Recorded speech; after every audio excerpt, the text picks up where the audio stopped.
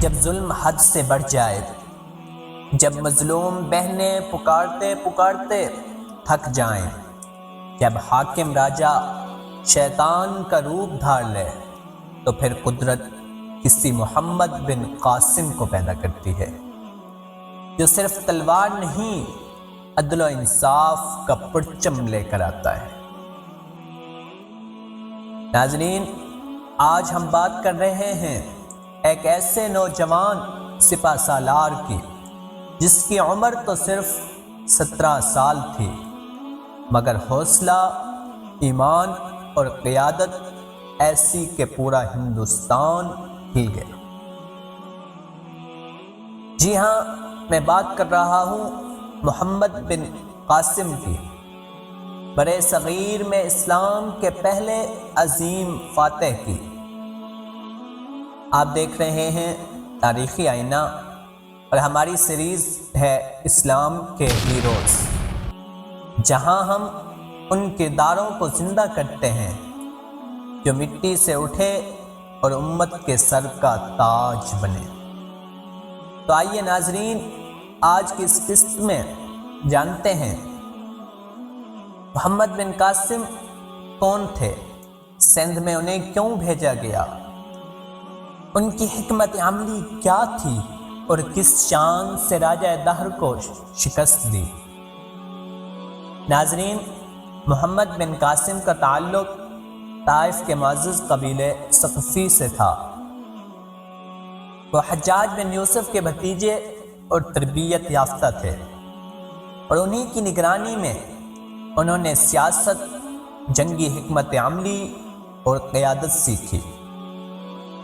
جب سندھ میں راجہ دہر کے ظلم نے حد پار کر دی، عرب تاجروں کی بیٹیوں کو قید کیا گیا، ظلم کی انتہا ہو گئی، تو مظلوم بیٹیاں پکار اٹھیں، یا حجاج ہمیں بچاؤ۔ یہ فریاد پہنچی خلیفہ ولید بن عبد المالک تک، اور پھر حجاج نے وہ فیصلہ کیا جو تاریخ بن گیا۔ محمد بن قاسم کو سندھ کی مہم پر روانہ کیا گیا۔ ناظرین، 17 سالہ نوجوان صرف 6000 فوجیوں کے ساتھ سندھ کی طرف روانہ ہوا۔ راستے میں قلعے آئے، دریا آئے، دشمن آئے، مگر سب پاش پاش ہو گئے۔ دیبل کا قلعہ فتح ہوا، نیرون کوٹ فتح ہوا، اور پھر راجہ دہر کے دارالحکومت راوڑ کی طرف پیش قدمی ہوئی۔ راجہ دہر سندھ کا ظالم ترین حکمران اپنے ہزاروں سپاہیوں، ہاتھیوں اور ساز و سامان کے ساتھ تیار تھا، مگر محمد بن قاسم نے ایسی حکمت عملی اپنائی کہ داہر کی فوج بکھر گئی، اور خود داہر دریا میں ڈوب کر مر گیا۔ ناظرین، یہ صرف جنگ کی فتح نہیں تھی، یہ انصاف کی جیت تھی۔ محمد بن قاسم نے سندھ کے عوام کے ساتھ ایسا سلوک کیا جس نے دل جیت لیے۔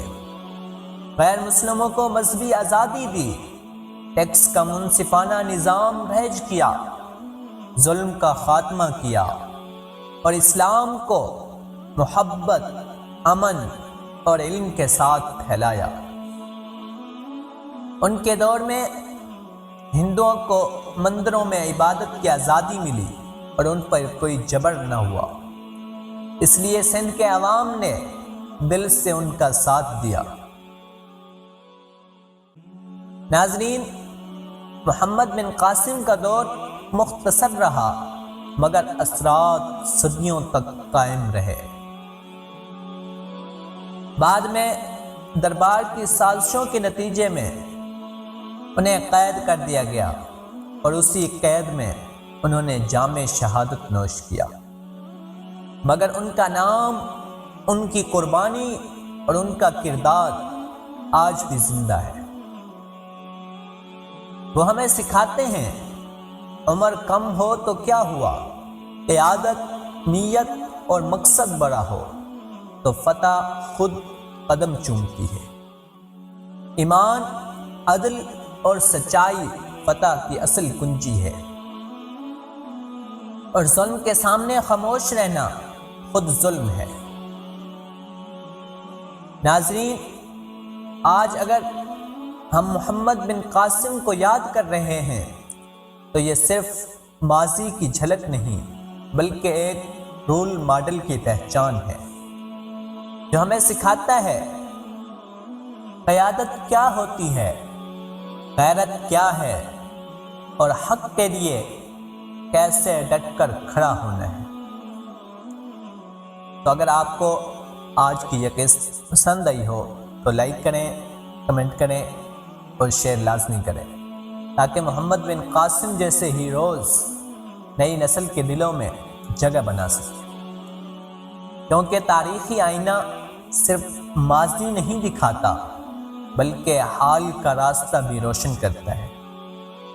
اگلی ویڈیو میں ملاقات ہوگی اسلام کے ایک اور ناقابل شکست ہیرو کے ساتھ، وہ جرنیل جس نے سمندر کی لہروں کو چیلنج دیا اور اندلس کی سرزمین پر اسلام کی عظمت کا پرچم گاڑ دیا۔ طارق بن زیاد ایک ایسی داستان جو صرف کتابوں میں نہیں، آپ کی آنکھوں کے سامنے زندہ ہوگی۔ یہ صرف کہانی نہیں، یہ ایک چراغ ہے جو تاریخی آئینے کی اگلی قسط میں جلایا جائے گا، جہاں ماضی کی روشنی حال کے اندھیروں کو چمک دیتی ہے۔ تب تک کے لیے اللہ حافظ، دیکھتے رہیے تاریخی آئینہ۔